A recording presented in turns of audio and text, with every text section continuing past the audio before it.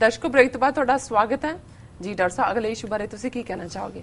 ਦੇਖੋ, ਤ੍ਰੇਤੇ ਤੇ ਦੁਆਪਰ ਦੇ ਅਵਤਾਰ ਭਗਵਾਨ ਰਾਮ ਤੇ ਭਗਵਾਨ ਕ੍ਰਿਸ਼ਨ ਦੇ ਸਾਂਝੇ ਅਵਤਾਰ ਭਗਵਾਨ ਮੋਦੀ ਦੀ ਗੱਲ ਕਰਨ ਤੋਂ ਪਹਿਲੇ ਅਸੀਂ ਜ਼ਰਾ ਕਮੈਂਟਸ ਦੀ ਗੱਲ ਕਰ ਲਈਏ ਜੀ। ਦਲਜੀਤ ਸਿੰਘ ਲਿਖਦੇ ਨੇ, ਡਾਕਟਰ ਸਾਹਿਬ ਜੀ, ਬੀਬਾ ਨੀਲਮ ਕੌਰ ਜੀ, ਟੀਵੀ 84 ਦੀ ਸਾਰੀ ਟੀਮ ਅਤੇ ਸਾਰੇ ਸੁਣਨ ਵਾਲਿਆਂ ਨੂੰ ਵਾਹਿਗੁਰੂ ਜੀ ਕਾ ਖਾਲਸਾ ਵਾਹਿਗੁਰੂ ਜੀ ਕੀ ਫਤਿਹ ਜੀ। ਖਾਲਿਸਤਾਨ ਜ਼ਿੰਦਾਬਾਦ ਜ਼ਿੰਦਾਬਾਦ ਜ਼ਿੰਦਾਬਾਦ ਜ਼ਿੰਦਾਬਾਦ। ਉਹਨੇ 4 ਵਾਰੀ ਕਿਹਾ, ਹੁਣ 4 ਵਾਰੀ ਮੈਂ ਵੀ ਕਹਿਣਾ, ਜ਼ਿੰਦਾਬਾਦ ਜ਼ਿੰਦਾਬਾਦ ਜ਼ਿੰਦਾਬਾਦ ਜ਼ਿੰਦਾਬਾਦ। Kuljit Singh from Canadian Punjabi network, doctor ji Waheguru ਜੀ ਕਾ ਖਾਲਸਾ ਵਾਹਿਗੁਰੂ ਜੀ ਕੀ ਫਤਿਹ। ਅੱਜ ਤਸਵੀਰ ਬਹੁਤ ਸਾਫ਼ ਆ ਰਹੀ ਹੈ, ਚਲੋ ਬਹੁਤ ਸ਼ੁਕਰੀਆ। ਪਹਿਲਾਂ ਤਾਂ ਝੋਲਾ ਜਿਹਾ ਪੈਂਦਾ ਸੀ, ਬੰਦਾ ਦੂਰੋਂ ਹੀ ਪਛਾਣਦਾ ਹੋਣਾ ਕਿ ਵੀ ਇਹ ਨੇ। ਮਹਿੰਦਰਜੀਤ ਗਿੱਲ, ਵਾਹਿਗੁਰੂ ਜੀ ਕਾ ਖਾਲਸਾ ਵਾਹਿਗੁਰੂ ਜੀ ਕੀ ਫਤਿਹ ਡਾਕਟਰ ਸਾਹਿਬ ਤੇ ਸਾਰੀ ਟੀਮ ਨੂੰ। Singh Harmanjot, doctor Sahib looking good in HD। HD ਹੋ ਗਏ, ਕੋਈ ਮਾੜਾ ਮੋਟਾ ਥੋੜੀ, ਕੋਈ MD ਸੀ, ਕੋਈ HD ਹੈ। ਜੁਝਾਰ ਵਿਰਕ, ਖਾਲਿਸਤਾਨ ਜ਼ਿੰਦਾਬਾਦ। ਧਰਮਿੰਦਰ ਮੰਡ, ਖਾਲਿਸਤਾਨ ਜ਼ਿੰਦਾਬਾਦ। ਅਮਨ ਸਿੰਘ, ਥੈਂਕਸ ਜੀ। ਬਸ਼ਰਤ ਅਲੀ ਸਰਦਾਰ ਜੀ, ਗੁੱਡ ਜੌਬ। ਤੇ ਵੀਰ ਕੁਲਜੀਤ ਸਿੰਘ ਲਿਖਦੇ ਨੇ, ਤਸਵੀਰ ਅਤੇ ਆਵਾਜ਼ ਬਹੁਤ ਵਧੀਆ ਜੀ। ਦੁਸ਼ਹਿਰਾ, ਹੁਣ ਅਸੀਂ ਜੇ ਕੋਈ ਇਤਿਹਾਸਕ ਇਸ ਸਾਰੇ ਨੂੰ ਜੋੜ ਜਾੜ ਕੇ ਗੱਲ ਕਰੀਏ ਤਾਂ ਗੱਲ ਲੰਬੀ ਹੋ ਜਾਏਗੀ। ਹੁਣ ਇਹਦੇ ਬਹੁਤੇ ਇਤਿਹਾਸ ਨਾ ਜਾਈਏ ਜੀ। ਵੈਸੇ ਜਿਹਨੂੰ ਨੇਕੀ ਦੀ ਬਦੀ ਦੇ ਉੱਤੇ ਜੰਗ ਬਣਾਇਆ ਹੋਇਆ ਹੈ, ਜੇ ਹੁਣ ਅੱਜ ਜਿਸ ਅੰਦਾਜ਼ ਦੇ ਵਿੱਚ ਸਾਡੇ ਦਲਿਤ ਵੀਰਾਂ ਭੈਣਾਂ ਵੱਲੋਂ ਲਿਟਰੇਚਰ ਔਰ ਇਤਿਹਾਸ ਦੀ ਖੋਜ ਕਰਕੇ ਜੋ ਕੁਝ ਕੱਢਿਆ ਜਾ ਰਿਹਾ ਹੈ, ਹਾਲਾਂਕਿ ਆਪਣੇ ਆਪ ਦੇ ਵਿੱਚ ਹੀ ਜਦੋਂ ਤੁਸੀਂ ਰਾਮਚਰਿਤ ਮਾਨਸ ਜਿਹੜਾ ਗੋਸਵਾਮੀ ਤੁਲਸੀਦਾਸ ਹੋਰਾਂ ਦੀ ਰਚਨਾ ਹੈ 15ਵੀਂ ਸਦੀ 'ਚ ਜੀ, ਉਸ ਨੂੰ ਜਾਂ ਉਸ ਦੇ ਨਾਲ ਜੁੜੀ ਫਿਰ ਪੁਰਾਣੀ ਬਾਲਮੀਕ ਰਾਮਾਇਣ ਜਿਹੜੀ ਕਿ ਰਿਸ਼ੀ ਬਾਲਮੀਕੀ ਜਿਨ੍ਹਾਂ ਦਾ ਸਬੰਧ ਜਿਹੜੇ ਨੇ ਦਲਿਤ ਭਾਈਚਾਰਾ ਆਪਣੇ ਨਾਲ ਸੰਬੰਧਿਤ ਨੇ ਉਹ ਜੋੜਦੇ ਨੇ, ਉਹ ਸੰਸਕ੍ਰਿਤ ਦੇ ਵਿੱਚ ਸੀ। ਸੋ ਇਹ ਇਵੇਂ ਹੀ ਹੈ ਜਿਵੇਂ ਬਹੁਤ ਸਾਰੇ ਜਿਵੇਂ ਤੁਸੀਂ ਜੂਲੀਅਸ ਸੀਜ਼ਰ ਜਾਂ ਜਿਹੜੇ ਸ਼ੇਕਸਪੀਅਰ ਦੇ ਬਾਕੀ ਨਾਟਕ ਨੇ ਉਹ ਸਮਾਂ ਪਾ ਕੇ ਇੰਨੇ ਮਕਬੂਲ ਹੋ ਜਾਂਦੇ ਨੇ। ਔਰ ਈਵਨ ਉਸ ਹਵਾਲੇ ਨਾਲ ਅਸੀਂ ਈਵਨ ਜੇ ਪੰਜਾਬ ਦੀ ਧਰਤੀ ਦੇ ਉੱਤੇ ਹੀਰ ਰਾਂਝਾ, ਸੱਸੀ ਪੁੰਨੂ ਜਾਂ ਦੂਸਰਾ ਦੇਖੀਏ ਤੇ ਬਹੁਤ ਕੁਝ ਸਮਾਂ ਪਾ ਕੇ ਜਿਹੜੀਆਂ ਸਿੰਪਲ ਘਟਨਾਵਾਂ ਹੁੰਦੀਆਂ, ਪਰ ਕਿਉਂਕਿ ਉਹਨਾਂ ਨੂੰ ਕੋਈ ਵਾਰਿਸ ਸ਼ਾਹ ਵਰਗਾ ਲਿਖਾਰੀ ਮਿਲ ਜਾਂਦਾ ਹੈ ਤੇ ਉਹ ਹੀਰ ਰਾਂਝਾ ਜਿਹੜੇ ਨੇ ਉਹ ਇੱਕ ਅਮਰ ਪਾਤਰ ਬਣ ਜਾਂਦੇ ਨੇ। ਔਰ ਇਸੇ ਤਰ੍ਹਾਂ ਈਵਨ ਅਸੀਂ ਪੰਜਾਬੀ ਲਿਟਰੇਚਰ ਦੇ ਵਿੱਚ ਵੀ ਦੇਖਦੇ ਹਾਂ, ਜਿਵੇਂ ਭਾਈ ਸਾਹਿਬ ਭਾਈ ਵੀਰ ਸਿੰਘ ਜੀ ਦੀ ਲਿਖਤ ਸੁੰਦਰੀ ਇੱਕ ਨਾਵਲ ਰੂਪ 'ਚ ਆਈ। ਹਾਲਾਂਕਿ ਉਹ ਕੋਈ ਅਸੀਂ ਜਦੋਂ ਆਪਣੇ ਇਤਿਹਾਸਕ ਸੋਮੇ ਦੇਖਦੇ ਹਾਂ, ਪਰ ਜਦੋਂ ਤੁਸੀਂ ਉਸ ਮਾਹੌਲ ਦੇ ਵਿੱਚ ਕੁਝ ਕ੍ਰੀਏਟ ਕਰਦੇ ਹੋ, ਉਹ ਇੱਕ ਇਵੇਂ ਲੱਗਦਾ ਵੀ ਕੋਈ ਪਾਤਰ ਤੁਹਾਡੇ ਸਾਹਮਣੇ ਬਿਲਕੁਲ ਸਜੀਵ ਹੈ। ਸੋ ਬਹੁਤ ਕੁਛ ਰਲਾ ਮਿਲਾ ਕੇ ਰਾਮਾਇਣ ਨਾਲ ਵੀ ਉਹ ਕੁਝ ਜੁੜਦਾ ਹੈ। ਔਰ ਜਦੋਂ ਈਵਨ ਉਹਨਾਂ ਦੇ ਹਿੰਦੂ ਇਤਿਹਾਸਕਾਰ ਵੀ ਇਹ ਸਾਰਿਆਂ ਨੂੰ ਚੈਲੰਜ ਕਰਦੇ ਨੇ ਤਾਂ ਜੋ ਉਹਨਾਂ ਦਾ ਹਾਲ ਕੀਤਾ ਜਾਂਦਾ ਹੈ, ਉਸ ਸਾਰੇ ਚੋਂ ਇਹਨਾਂ ਨੇ ਅਯੁੱਧਿਆ ਕੱਢਿਆ, ਸ੍ਰੀਲੰਕਾ ਨੂੰ ਟੂਰਿਜ਼ਮ 'ਚ ਬਣਾ ਦਿੱਤਾ ਹੈ। ਰਾਮ ਸੇਤੂ ਪਿੰਡ ਦੇ ਨਾਂ ਜਿਹੜਾ ਉਹ ਪੁੱਲ ਦੇ ਨਾਂ ਥੱਲੇ ਉਹਦਾ ਕੋਈ ਸੰਬੰਧ ਨਹੀਂ ਹੈ, ਉਹ ਐਡਮਜ਼ ਜਿਹੜਾ ਬ੍ਰਿਜ ਕਿਹਾ ਜਾਂਦਾ ਸੀ ਉਹਨੂੰ ਰਾਮ ਸੇਤੂ ਬਣਾ ਦਿੱਤਾ ਹੈ, ਉੱਤੇ ਜੋ ਹੋਣ ਵਾਲਾ ਸੀ ਉਹਨੂੰ ਰੁਕਵਾ ਦਿੱਤਾ। ਸੋ ਚਲੋ ਅਸੀਂ ਉਸ ਵੇਰਵੇ 'ਚ ਨਹੀਂ ਜਾਂਦੇ, ਪਰ ਜ਼ਾਹਰ ਹੈ ਵੀ ਈਵਨ ਇਹਨਾਂ ਦੇ ਉਸ ਸਾਹਿਤ ਮੁਤਾਬਕ ਵੀ ਜਿਹਨੂੰ ਰਾਵਣ ਬਣਾਇਆ ਹੈ, ਈਵਲ ਬਦੀ ਦਾ ਪ੍ਰਤੀਕ ਬਣਾਇਆ, ਉਹਨੇ ਤਾਂ ਫਿਰ ਵੀ ਸਾਰੇ ਅਸੂਲ ਕਾਇਮ ਰੱਖੇ ਨੇ। ਉਹਨੇ ਜੰਗ ਦੇ ਮੈਦਾਨ 'ਚ ਵੀ ਔਰ ਅਦਰਵਾਈਜ਼ ਵੀ, ਬੇਸ਼ੱਕ ਕਹਾਣੀ ਸੀਤਾ ਨਾਲ ਜਾ ਕੇ ਜੁੜਦੀ ਹੈ। ਔਰ ਜੇ ਉਹਦਾ ਪਾਰਟ ਦੇਖੋ ਤੇ ਕਿੱਥੇ ਅੱਜ ਵੀ ਜਿਹੜੀ ਰਿਵੈਂਜ ਦੀ ਗੱਲ ਹੁੰਦੀ ਹੈ, ਤੇ ਜੇ ਇਹਨਾਂ ਦੀ ਕਹਾਣੀ ਦੇ ਵੇਰਵੇ 'ਚ ਜਾਓ ਕਿ ਰਾਵਣ ਦੀ ਭੈਣ ਸਰੂਪਨਖਾ ਜਿਹੜੀ ਕਿ ਪ੍ਰਪੋਜ਼ ਕਰਦੀ ਹੈ ਲਛਮਣ ਨੂੰ ਵਿਆਹ ਦੇ ਲਈ, ਔਰ ਉਹ ਜਿਹੜਾ ਉਹਦਾ ਨੱਕ ਤੇ ਕੰਨ ਕੱਟ ਲੈਂਦਾ ਹੈ। ਹੁਣ ਜਦੋਂ ਇੱਕ ਭੈਣ ਜਿਹਦਾ ਨੱਕ ਕੰਨ ਕੱਟਿਆ ਹੈ ਉਹ ਜਾਏਗੀ ਭਰਾ ਦੇ ਕੋਲ ਤੇ ਭਰਾ ਕੀ ਕਰੇਗਾ? ਅੱਜ ਵੀ ਜਿਹਨੂੰ ਆਨਰ ਕਿਲਿੰਗ ਜਾਂ ਦੂਜਾ ਤੀਜਾ ਕਹਿੰਦੇ ਨੇ, ਅਲਟੀਮੇਟਲੀ ਗੱਲ ਤਾਂ ਉਸ ਧਰਤੀ ਦੇ ਉੱਤੇ ਜਾ ਕੇ ਜੁੜਦੀ ਹੈ ਜੀ।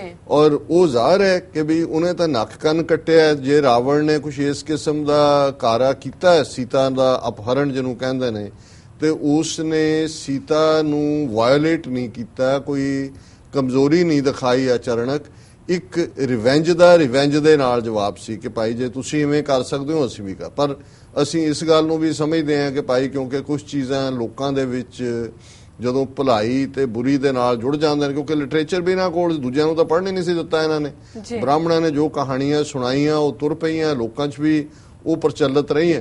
ਔਰ ਉਹਦਾ ਆਧਾਰ ਬਣਾ ਕੇ ਜਿਹੜਾ ਬਹੁਤ ਵਾਰ ਜਿਹੜਾ ਉਸ ਸਾਰੇ ਦਾ ਵੇਰਵਾ ਹੁੰਦਾ ਹੈ ਕਿ ਜੀ ਭਲਾ ਕੌਣ ਹੈ। ਹਾਲਾਂ ਇਹਨਾਂ ਦੇ ਆਪਣੇ ਲੋਕ ਨੇ ਜਿਹੜੇ ਇਸ ਗੱਲ ਦੇ ਉੱਤੇ ਸਵਾਲ ਕਰਦੇ ਨੇ ਕਿ ਭਾਈ ਫਿਰ ਸੀਤਾ ਦੇ ਨਾਲ ਕੀ ਸਲੂਕ ਹੋਇਆ। ਈਵਨ ਜੇਠ ਮਲਾਨੀ ਜਿਹੜਾ ਬੀਜੇਪੀ ਦਾ ਪ੍ਰੈਜ਼ੀਡੈਂਟ ਰਿਹਾ, ਉਹਨੇ ਜੋ ਕੁਝ ਰਾਮ ਬਾਰੇ ਕਿਹਾ, ਉਹਨੇ ਕਿਹਾ ਜੀ ਸਭ ਤੋਂ ਜ਼ਿਆਦਾ ਔਰਤਾਂ ਦੇ ਹੱਕਾਂ ਦਾ ਜਿਹੜਾ ਹੈ ਉਹ ਘਾਤਕ ਸੀ। ਉਹ ਅਗਨੀ ਪ੍ਰੀਖਿਆ ਹੋ ਗਈ, ਫਿਰ ਘਰੋਂ ਕੱਢਤਾ, ਉਹ ਆ ਕੇ ਬੱਚੇ ਜੰਮਦੀ ਹੈ ਵਾਲਮੀਕੀ ਦੇ ਆਸ਼ਰਮ 'ਚ ਲਵ ਤੇ ਕੁਸ਼।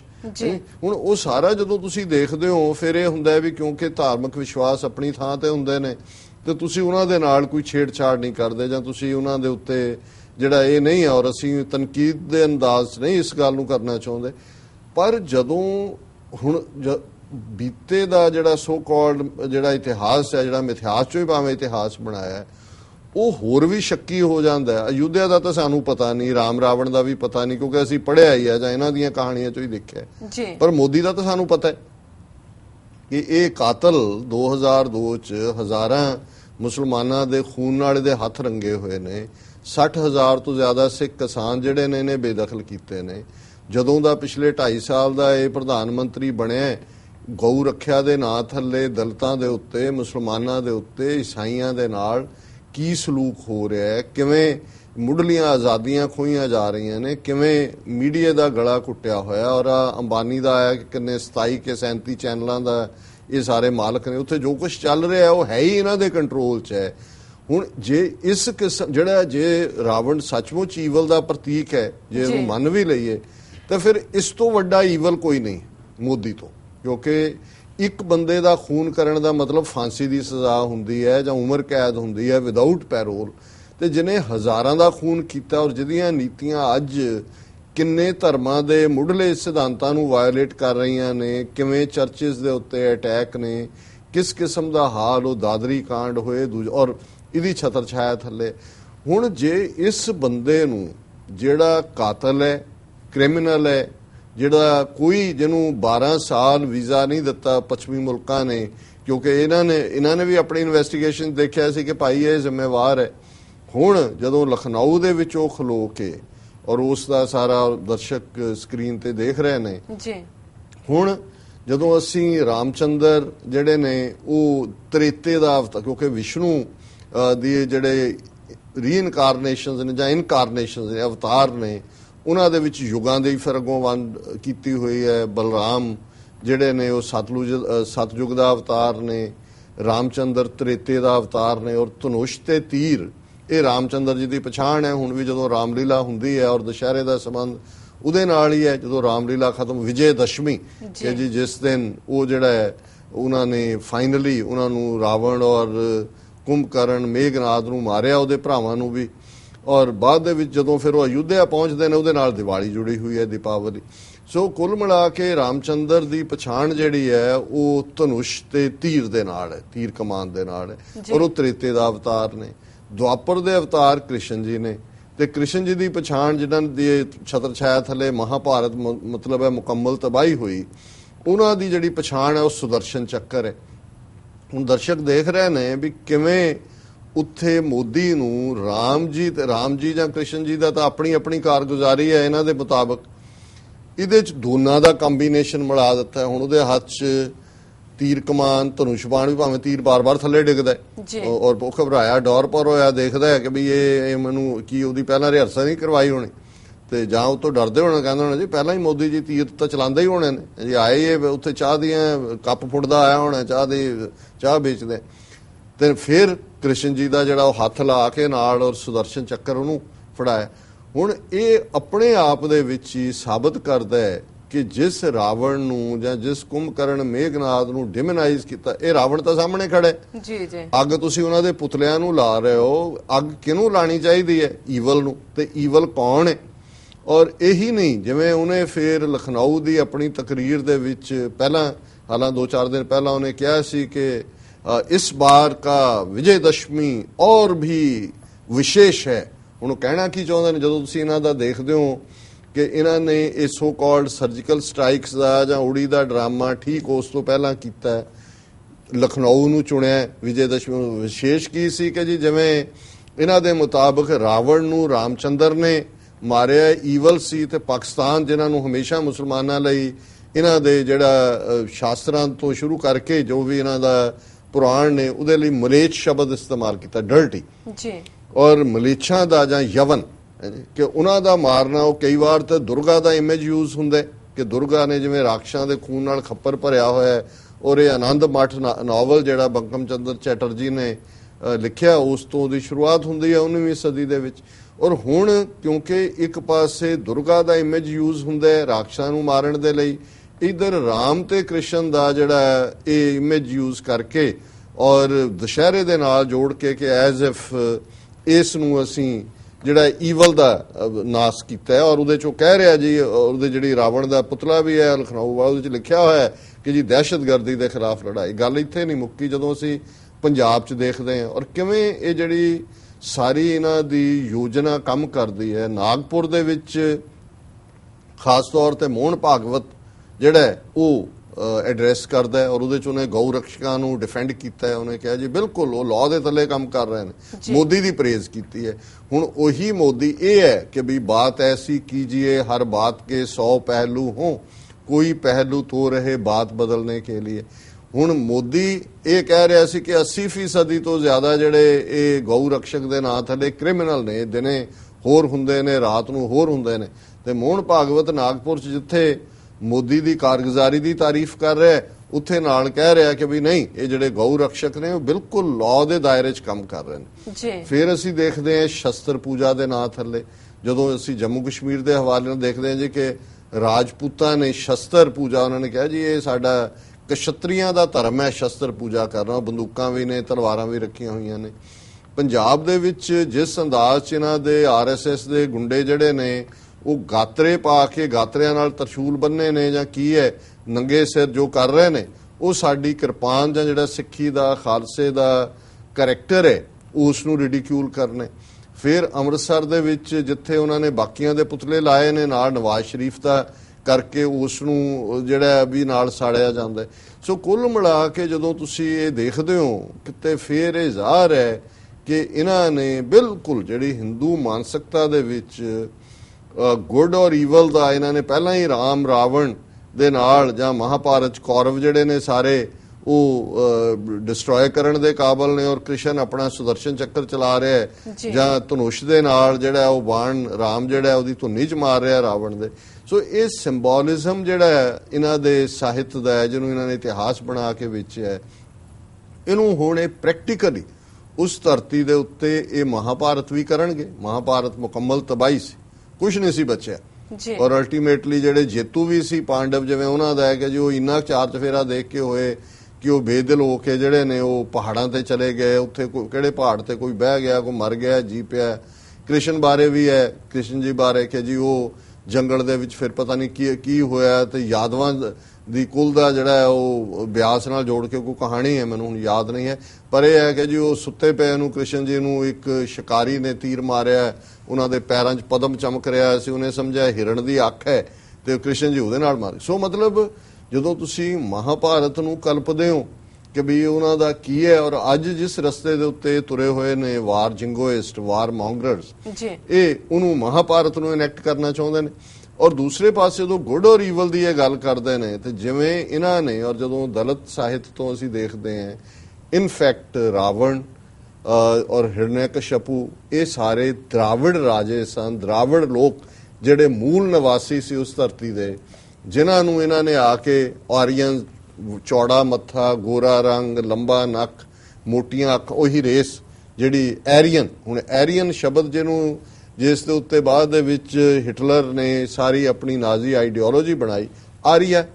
ਔਰ ਇਹ ਗੱਲ ਇਹਨਾਂ ਦੀ ਪੂਰੀ ਲੌਬੀ ਹੁੰਦੀ ਸੀ ਜਦੋਂ ਦਿਆਨੰਦ ਔਰ ਦੂਜਿਆਂ ਨੇ ਕੀਤਾ ਕਿ ਜੀ ਅਸੀਂ ਹਿੰਦੂ ਨਹੀਂ ਹੈ, ਵੀ ਹਿੰਦੂ ਦਾ ਮਤਲਬ ਚੋਰ ਹੁੰਦਾ ਹੈ, ਇਹ ਸਾਨੂੰ ਅਰਬਾਂ ਨੇ ਚੋਰ ਕਿਹਾ ਸੀ, ਤੁਸੀਂ ਆਰੀਆ ਲਿਖਾਓ। ਔਰ ਆਰੀਆ ਸਮਾਜ, ਆਰੀਆ ਸਭਾ, ਇਹ ਸਾਰੇ ਉਹਦੇ ਚੋਂ ਹੀ ਨਿਕਲੇ ਸੀ ਜਿਹਨੂੰ ਇਹ ਐਰੀਅਨ ਕਹਿੰਦੇ ਨੇ। ਸੋ ਜਿਹੜੀ ਆਈਡੀਓਲੋਜੀ ਨਸਲਵਾਦ ਦੀ ਹੈ ਉਹ ਆਰੀਅਨਸ ਦੇ ਨਾਲ ਆਉਂਦੀ ਹੈ, ਜ਼ਾਤ-ਪਾਤੀ ਸਿਸਟਮ ਉਹਨਾਂ ਦੇ ਨਾਲ ਆਉਂਦਾ ਹੈ। ਔਰ ਜਿਹੜੇ ਦਰਾਵੜਾਂ ਨੂੰ ਜਿਨ੍ਹਾਂ ਦੀ ਧਰਤੀ ਖੋਈ, ਜਿਨ੍ਹਾਂ ਨੂੰ ਇਹਨਾਂ ਨੇ ਮਾਰਿਆ ਬੜੀ ਪੂਰੀ ਤਰ੍ਹਾਂ, ਫਿਰ ਧੱਕ ਕੇ ਸਮੁੰਦਰ ਦੇ ਕੰਢੇ ਲਾ ਦਿੱਤਾ। ਜਿਹੜੀਆਂ ਅੱਜ 4 ਸਟੇਟਾਂ ਨੇ ਭਾਰਤ ਦੀਆਂ, ਹੁਣ 5 ਹੋ ਗਈਆਂ, ਉਹਨਾਂ ਦੇ ਵਿੱਚ ਆਂਧਰਾ ਹੈ, ਕਰਨਾਟਕ ਹੈ, ਤੇਲੰਗਾਨਾ ਹੋ ਗਿਆ, ਤਮਿਲਨਾਡੂ ਹੈ, ਇਹ ਸਾਰੇ, ਕੇਰਲ ਹੈ, ਇਹ ਸਾਰੇ ਉਸ ਰੇਸ ਦੇ ਲੋਕ ਨੇ। ਸੋ ਇਹ ਜਿਹੜੇ ਲੋਕ ਪਾਤਰ ਇਹਨਾਂ ਨੇ ਜਿਵੇਂ ਖਤਰਨਾਕ ਰੰਗ ਉਹਨਾਂ ਦੇ ਕਾਲੇ ਜਾਂ ਉਹਨਾਂ ਨੂੰ ਬਣਾਇਆ, ਇਹ ਉਹਨਾਂ ਨੂੰ ਡਿਮੋਨਾਈਜ਼ ਕੀਤਾ, ਉਹਨਾਂ ਨੂੰ ਪਹਿਲਾਂ ਰਾਖਸ਼ ਪ੍ਰੂਵ ਕੀਤਾ ਵੀ ਇਹ ਰਾਖਸ਼ ਨੇ। ਫਿਰ ਕਿਹਾ ਜੀ ਇਹ ਸਾਡੇ ਧਰਮ ਦੇ ਵਿੱਚ ਇੰਟਰਫੀਅਰ ਕਰਦੇ ਨੇ, ਯੱਗਸ਼ਾਲਾ ਜਿਹਦੇ ਅਸੀਂ ਯੱਗ ਕਰਦੇ ਹਾਂ ਉਹਨੂੰ ਅਪਵਿੱਤਰ ਕਰ ਦਿੰਦੇ ਨੇ, ਮਾਰੇ ਜਾਣ ਦੇ ਕਾਬਲ ਨੇ। ਸੋ ਇਹ ਇਹਨਾਂ ਦੇ ਜਿਹੜੇ ਟੈਕਟਿਕ ਨੇ ਅੱਜ ਵੀ, ਕਿ ਜੇ ਤੁਸੀਂ ਪਹਿਲਾਂ ਕਿਸੇ ਨੂੰ ਮਾਰਨਾ ਹੈ ਉਹਨੂੰ ਡੈਵਲ ਪ੍ਰੂਵ ਕਰੋ, ਡਿਮੋਨਾਈਜ਼ ਕਰੋ। ਮੁਸਲਮਾਨਾਂ ਨੂੰ ਕਹੋ ਜੀ ਇਹ ਤਾਂ ਮਲੇਛ ਨੇ, ਫਿਰ ਕਹੋ ਜੀ ਇਹ ਤਾਂ ਸਾਡੇ ਸੱਭਿਆਚਾਰ ਦੇ ਕਾਤਲ ਨੇ, ਇਹਨਾਂ ਨੇ ਤਾਂ ਆਹ ਕਰਤਾ ਉਹ ਕਰਤਾ, ਜੋ ਨੈਗੇਟਿਵ ਗੱਲਾਂ ਨਹੀਂ ਵੀ ਹੈ ਉਹ ਵੀ ਜੋੜ ਦਿਓ, ਔਰ ਫਿਰ ਇਸ ਗੱਲ ਨੂੰ ਜਸਟੀਫਾਈ ਕਰੋ ਕਿ ਵੀ ਇਹਨਾਂ ਦਾ ਜੋ ਸਿੱਖਾਂ ਦੇ ਨਾਲ ਕੀਤਾ ਵੀ ਪਹਿਲਾਂ ਤੁਸੀਂ ਪ੍ਰਚਾਰੋ ਅਲਗਾਵਵਾਦੀ, ਉਗਰਵਾਦੀ, ਦਹਿਸ਼ਤਗਰਦ, ਦੇਸ਼ ਦੀ ਏਕਤਾ ਅਖੰਡਤਾ, ਭਾਰਤ ਮਾਤਾ ਜਿਓਗ੍ਰਾਫੀਕਲ ਐਂਟੀਟੀ ਨੂੰ ਰਿਲੀਜੀਅਸ ਬਣਾ ਦਿਓ। ਫਿਰ ਕਹੋ ਜੀ ਇਹ ਤਾਂ ਭਾਰਤ ਮਾਤਾ ਨੂੰ ਜਿਹੜਾ ਹੈ ਉਹ ਤੋੜਨਾ ਚਾਹੁੰਦੇ ਨੇ, ਇਸ ਲਈ ਇਹ ਮਾਰੇ ਜਾਣ ਦੇ ਕਾਬਲ ਨੇ, ਇਹਨਾਂ ਤੇ ਟਾਡਾ ਲਾ ਦਿਓ, ਇਹਨਾਂ ਦੇ ਪੁਲਿਸ ਮੁਕਾਬਲੇ ਬਣਾ ਦਿਓ, ਇਹਨਾਂ ਦਾ ਅਕਾਲ ਤਖਤ ਢਾ ਦਿਓ, ਔਰ ਉਸ ਸਾਰੇ ਚੋਂ ਜਿਹੜਾ ਜੋ ਅੱਜ ਤੱਕ ਸਾਡੇ ਨਾਲ ਹੋ ਰਿਹਾ। ਸੋ ਹੁਣ ਕੁੱਲ ਮਿਲਾ ਕੇ ਇਹ ਸਾਰੀ ਖੇਡ ਜਿਹੜੀ ਹੈ ਉਹ ਉਸ ਪਾਸੇ ਨੂੰ ਹੀ ਜਾ ਰਹੀ ਹੈ। ਮੋਹਨ ਭਾਗਵਤ ਨੇ ਹਾਲਾਂ ਉਹਨਾਂ ਦੀ ਸਪੀਚ ਦੇ ਜਿਹੜੇ ਓਰੀਜਨਲ ਟੈਕਸਟ ਨੇ ਉਹਨਾਂ ਨੂੰ ਮੋਦੀ ਦੇ ਵੀ ਕੋਈ ਪ੍ਰੋਪਰਲੀ ਨਹੀਂ ਆਇਆ, ਲੇਕਿਨ ਇੱਕ ਗੱਲ ਜ਼ਾਹਰ ਹੈ ਜਿਹੜੇ ਮੋਹਨ ਭਾਗਵਤ ਨੇ ਆਪਣੀ ਸਪੀਚ ਟੱਚ ਕੀਤੇ ਪਾਰਟ, ਉਹਨਾਂ 'ਚ ਇੱਕ ਬੜਾ ਖਤਰਨਾਕ ਪਾਰਟ ਹੈ ਜੰਮੂ ਕਸ਼ਮੀਰ ਦੇ ਵਿੱਚ ਪੱਛਮੀ ਪੰਜਾਬ ਦੇ ਹਿੰਦੂ ਮੂਲ ਦੇ ਲੋਕ ਵੀ ਕਾਫੀ ਵੱਡੀ ਗਿਣਤੀ ਦੇ ਵਿੱਚ 47 ਦੇ ਵਿੱਚ ਆਏ। ਬਾਰਡਰ ਉਸ ਕਿਸਮ ਦਾ ਸੀ, ਉਹਨਾਂ ਨੂੰ ਬੇਸ਼ੱਕ 70 ਸਾਲ ਦੇ ਵਿੱਚ ਸਿਟੀਜ਼ਨਸ਼ਿਪ ਨਹੀਂ ਦਿੱਤੀ ਗਈ, ਕਿਉਂਕਿ ਉਹ ਸਮਝਦੇ ਨੇ ਜਿਹੜੇ ਜੰਮੂ ਕਸ਼ਮੀਰ 'ਚ ਭਾਵੇਂ ਸ਼ੇਖ ਅਬਦੁੱਲਾ ਜਾਂ ਉਹਦਾ ਟੱਬਰ ਜਿਹੜਾ ਇਹਨਾਂ ਦਾ ਲਾਇਲ ਰਿਹਾ ਪਹਿਲਾਂ, ਕਿ ਭਾਈ ਇਹਨਾਂ ਨੂੰ ਦੇਣ ਦਾ ਮਤਲਬ ਹੈ ਵੀ ਸਾਡੀ ਜਿਹੜੀ ਪੋਪੂਲੇਸ਼ਨ ਹੈ ਉਹਨੂੰ ਘਟਾਣਾ। ਪਰ ਮੋਹਨ ਭਾਗਵਤ ਨੇ ਆਪਣੀ ਸਪੀਚ ਦੇ ਵਿੱਚ ਉਹਨਾਂ ਦਾ ਜ਼ਿਕਰ ਕੀਤਾ, ਜਿੱਥੇ ਉਹਨਾਂ ਨੇ ਮੋਦੀ ਦੀ ਤਾਰੀਫ ਕੀਤੀ ਉੱਥੇ ਉਹਨਾਂ ਨੇ ਜਿਹੜੇ ਵੈਸਟ ਪੰਜਾਬ ਦੇ ਹਿੰਦੂ ਰਿਫਿਊਜੀ, ਸਿੱਖ ਨਹੀਂ, ਜਿਹੜੇ ਸਿੱਖ ਦੂਸਰੇ ਪਾਸਿਓਂ ਆਏ ਨੇ ਉਹਨਾਂ ਨੂੰ ਕੋਈ ਮੁਆਵਜ਼ੇ ਜਾਂ ਕੋਈ ਅੱਜ ਤੱਕ ਵੀ ਦੇਣ ਦੀ ਲਾਈਨ ਨਹੀਂ। ਜਿਹੜੇ ਸਿੱਖ ਮੁਜ਼ੱਫਰਾਬਾਦ ਦੇ ਵਿੱਚ ਸਨ, ਬਾਗ ਦੇ ਵਿੱਚ ਸਨ, ਪੁੰਛ ਦੇ ਵਿੱਚ ਸਨ, ਜਿਹੜਾ ਆਜ਼ਾਦ ਕਸ਼ਮੀਰ ਦਾ ਹਿੱਸਾ ਹੈ, ਉਹਨਾਂ ਨੂੰ ਤਾਂ ਜਿਹੜਾ ਉਹ ਉਹਨਾਂ ਦੀਆਂ ਜ਼ਮੀਨਾਂ ਜਾਂ ਜੋ ਰਹਿ ਗਈਆਂ ਮਾੜਾ ਮੋਟਾ ਸ਼ੁਰੂ 'ਚ ਦੇ ਦੂ ਕਿ ਉਹਨਾਂ, ਪਰ 70 ਸਾਲ ਬਾਅਦ ਵੀ ਇਹ ਉਹਨਾਂ ਪੰਜਾਬੀ ਹਿੰਦੂਆਂ ਔਰ ਕਸ਼ਮੀਰੀ ਪੰਡਤਾਂ ਨੂੰ ਜਿਨ੍ਹਾਂ ਨੂੰ ਇੰਨਾ ਕੁਛ ਇਹਨਾਂ ਨੇ ਦਿੱਤਾ ਹੈ ਕਿ ਭਾਈ ਜਿਹੜਾ ਕਦੇ ਕਿਸੇ ਸ਼ਾਇਦ UN ਜਾਂ ਕੀ ਕਿਤੇ ਵੀ ਕੋਈ ਪੈਕੇਜ ਨਹੀਂ ਦਿੱਤਾ ਗਿਆ, ਪਰ ਹੁਣ ਇਹ ਜਿਹੜਾ ਇਸ ਹੱਦ ਤੱਕ ਜਾ ਕੇ ਜੇ ਮੋਹਨ ਭਾਗਵਤ ਕਹਿੰਦਾ, ਸੋ ਇਸ ਸਾਲ ਦੇ ਵਿੱਚ ਕਿਉਂਕਿ ਜਿਹੜਾ ਇਹਨਾਂ ਦਾ ਵਿਜੇ ਦਸ਼ਮੀ ਦਾ ਇਹ ਮੈਸੇਜ ਹੁੰਦਾ ਹੈ, ਇਹ ਇਨਫੈਕਟ RSS ਦੀਆਂ ਪਾਲਿਸੀਜ਼ ਹੁੰਦੀਆਂ ਜਿਹੜੀਆਂ ਇਹਨਾਂ ਨੇ ਇੰਪਲੀਮੈਂਟ ਕਰਨੀਆਂ। ਜੇ ਉਹਨਾਂ ਨੇ ਗੋ ਰਕਸ਼ਕਾਂ ਨੂੰ ਕਿਹਾ ਕਿ ਜੀ ਇਹ ਲਾਅ ਅਬਾਈਡਿੰਗ ਨੇ, ਇਹ ਇਹਨਾਂ ਦਾ ਕੈਂਪੇਨ ਪੂਰਾ ਜਾਰੀ ਰਹੇਗਾ। ਇਸੇ ਤਰ੍ਹਾਂ ਇਹ ਜਿਹੜਾ ਹਿੰਦੂ ਜਿਹੜੇ ਨੇ ਪੰਜਾਬੀ, ਉਹਨਾਂ ਨੂੰ ਉੱਥੇ ਕਸ਼ਮੀਰ ਦੇ ਵਿੱਚ ਸਿਟੀਜ਼ਨਸ਼ਿਪ ਦੇਣ ਦੀ ਲਾਈਨ ਲੈਣਗੇ। ਉਹਦੇ 'ਚ ਉਹਨੇ ਕਿਹਾ ਜੀ ਕਿ ਸਿਰਫ ਥੋੜੇ ਜਿਹੇ ਹਿੱਸੇ 'ਚ ਗੜਬੜ ਹੈ, ਬਾਕੀ ਸਾਰਾ ਜਿਹੜਾ ਬੜਾ ਪੀਸਫੁਲ ਵਸਦਾ। ਮਤਲਬ ਇਹ ਹੈ ਕਿ ਜਿਹੜੀ ਇਹਨਾਂ ਦੀ ਰਿਪਰੈਸ਼ਨ ਦੀ ਲਾਈਨ ਹੈ ਕਸ਼ਮੀਰ ਦੇ ਵਿੱਚ ਉਹ ਜਾਰੀ ਰਹੇਗੀ। ਸੋ ਇਹ ਜਿਹੜਾ ਬਦੀ ਦੇ ਵਣਜਾਰੇ ਨੇ, ਨਫ਼ਰਤ ਦੇ ਵਣਜਾਰੇ ਨੇ, ਅੱਜ ਉਸ ਬਦੀ ਨੂੰ ਨੇਕੀ ਦੇ ਕੱਪੜੇ ਪਾ ਕੇ, ਔਰ ਮੈਂ ਜਦੋਂ ਇਹ ਸਾਰੇ ਨੂੰ ਪੜ੍ਹ ਰਿਹਾ ਸੀ ਇਹਨਾਂ ਦੀਆਂ ਸਪੀਚਜ਼ ਔਰ ਦੁਸ਼ਹਿਰਾ ਔਰ ਇਹ ਸਾਰਾ, ਤੇ ਮੈਨੂੰ ਗੁਰੂ ਨਾਨਕ ਸਾਹਿਬ ਨੇ ਜੋ ਐਮਨਾਬਾਦ ਸ਼ਹਿਰ 'ਚ ਖਲੋ ਕੇ ਜਦੋਂ ਬਾਬਰ ਦੀਆਂ ਫੌਜਾਂ ਹਮਲਾਵਰ ਹੋਈਆਂ, ਜ਼ੁਲਮ ਹੋ ਰਿਹਾ ਹੈ ਔਰ ਉਸ ਜ਼ੁਲਮ ਦੇ ਵਿੱਚ ਔਰਤਾਂ ਕਿਵੇਂ ਸਫਰ ਕਰ ਰਹੀਆਂ, ਗੁਰੂ ਸਾਹਿਬ ਨੇ ਫਰਮਾਇਆ ਮੁਸਲਮਾਨੀਆਂ ਪੜ੍ਹੇ ਕਤੇਬਾਂ ਕਸ਼ਟ ਮੇ ਕਰੈ ਖੁਦਾਏ ਵੇ ਲਾਲੋ, ਜਾਤ ਸਨਾਤੀ ਹੋਰ ਹਿੰਦਵਾਣੀਆਂ ਇਹ ਵੀ ਲੇਖੇ ਲਾਏ ਵੇ ਲਾਲੋ। ਭਾਈ ਲਾਲੋ ਉਹਨਾਂ ਦੇ ਸਿੱਖ ਨੇ, ਉਹਨਾਂ ਨੂੰ ਐਡਰੈਸ ਕਰਕੇ ਕਹਿ ਰਹੇ ਨੇ ਕਿ ਦੇਖੋ ਇਹਨਾਂ ਦੇ ਜ਼ੁਲਮਾਂ ਸਾਹਮਣੇ ਮੁਸਲਮਾਨ ਔਰਤਾਂ ਜਿਹੜੀਆਂ ਨੇ, ਕਿਉਂਕਿ ਲੋਧੀ ਪਠਾਣਾ ਦੇ ਨਾਲ ਟੱਕਰ ਸੀ ਜਿਨ੍ਹਾਂ ਤੋਂ ਉਹਨਾਂ ਨੇ ਖੋਇਆ, ਕਿ ਭਾਈ ਇਹ ਵੀ ਕਸ਼ਟ ਦੇ ਵਿੱਚ ਅੱਜ ਖੁਦਾ ਕਰ ਰਹੀਆਂ, ਪਰ ਬੇਬਸ ਨੇ। ਔਰਤਾਂ ਉੱਚੀ ਜਾਤ ਦੀਆਂ ਹੋਣ, ਨੀਵੀਂ ਜਾਤ ਦੀਆਂ ਹੋਣ, ਸਾਰੀਆਂ ਹੀ ਇਹਨਾਂ ਦੇ ਜ਼ੁਲਮ ਦਾ ਸ਼ਿਕਾਰ ਨੇ।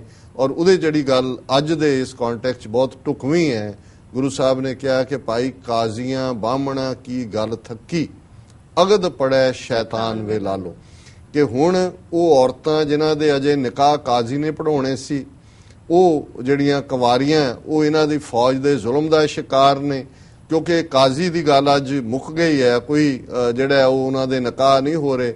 ਬਾਹਮਣ ਨੇ ਜਿਨ੍ਹਾਂ ਕੁਵਾਰੀਆਂ ਦੇ ਹਿੰਦੂ ਔਰਤਾਂ ਦੇ ਵਿਆਹ ਕਰਵਾਉਣੇ ਸੀ ਉਹ ਵੀ ਬੇਬਸ ਨੇ। ਕਾਜ਼ੀਆਂ ਬਾਹਮਣਾ ਕੀ ਗੱਲ ਥੱਕੀ, ਅਗਦ ਪੜੈ ਸ਼ੈਤਾਨ ਵੇ ਲਾਲੋ, ਕਿ ਅੱਜ ਇਹ ਸ਼ੈਤਾਨ, ਇਹ ਜ਼ੁਲਮ ਕਰਨ ਵਾਲੇ ਜਿਹੜੇ ਨੇ, ਇਹ ਨਿਕਾਹ ਪੜਾ ਰਹੇ ਨੇ ਤੇ ਇਹ ਵਿਆਹ ਕਰਾ ਰਹੇ ਨੇ। ਮਤਲਬ ਔਰਤਾਂ ਦਾ ਉਧਾੜਾ ਹੋ ਰਿਹਾ ਹੈ, ਬੇਹੁਰਮਤੀ ਹੋ ਰਹੀ ਹੈ, ਉਹਨਾਂ ਦੇ ਨਾਲ ਜ਼ਬਰ ਜ਼ਨਾ ਹੋ ਰਿਹਾ।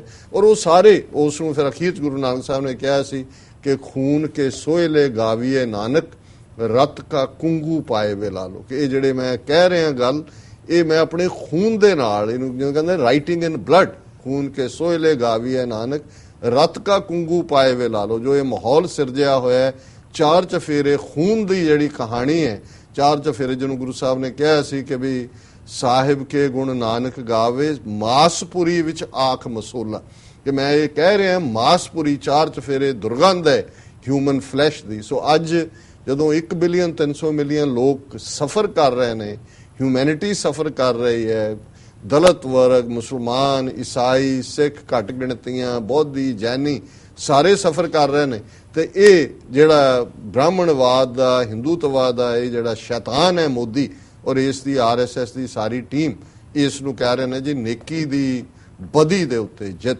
ਸੋ ਇਸ ਤੋਂ ਵੱਡਾ ਕੀ ਝੂਠ ਹੋ ਸਕਦਾ ਹੈ ਸੋ ਇਸ ਨੂੰ ਤੁਸੀਂ ਖੂਨ ਕੇ ਸੋਹਲੇ ਗਾਵੀਏ ਨਾਨਕ ਰਤ ਕਾ ਕੁੰਗੂ ਪਾਏ ਵੇ ਲਾ ਲੋ ਇਸ ਤੋਂ ਬਿਨਾ ਹੋਰ ਕਿਵੇਂ ਇਸ ਨੂੰ ਤੁਸੀਂ ਸੰਬੋਧਨ ਕਰ ਸਕਦੇ ਜੀ ਡਾਕਟਰ ਸਾਹਿਬ ਬਿਲਕੁਲ ਇੱਥੇ ਲੈਣੇ ਆ ਬ੍ਰੇਕ ਵਿਊਅਰਸ ਤੁਸੀਂ ਨਾਲ ਇਸ ਤਰ੍ਹਾਂ ਬਣੇ ਰਹਿਣਾ ਮਿਲਦੇ ਆ ਛੋਟੇ ਜਿਹੇ ਵਕਫੇ ਤੋਂ ਬਾਅਦ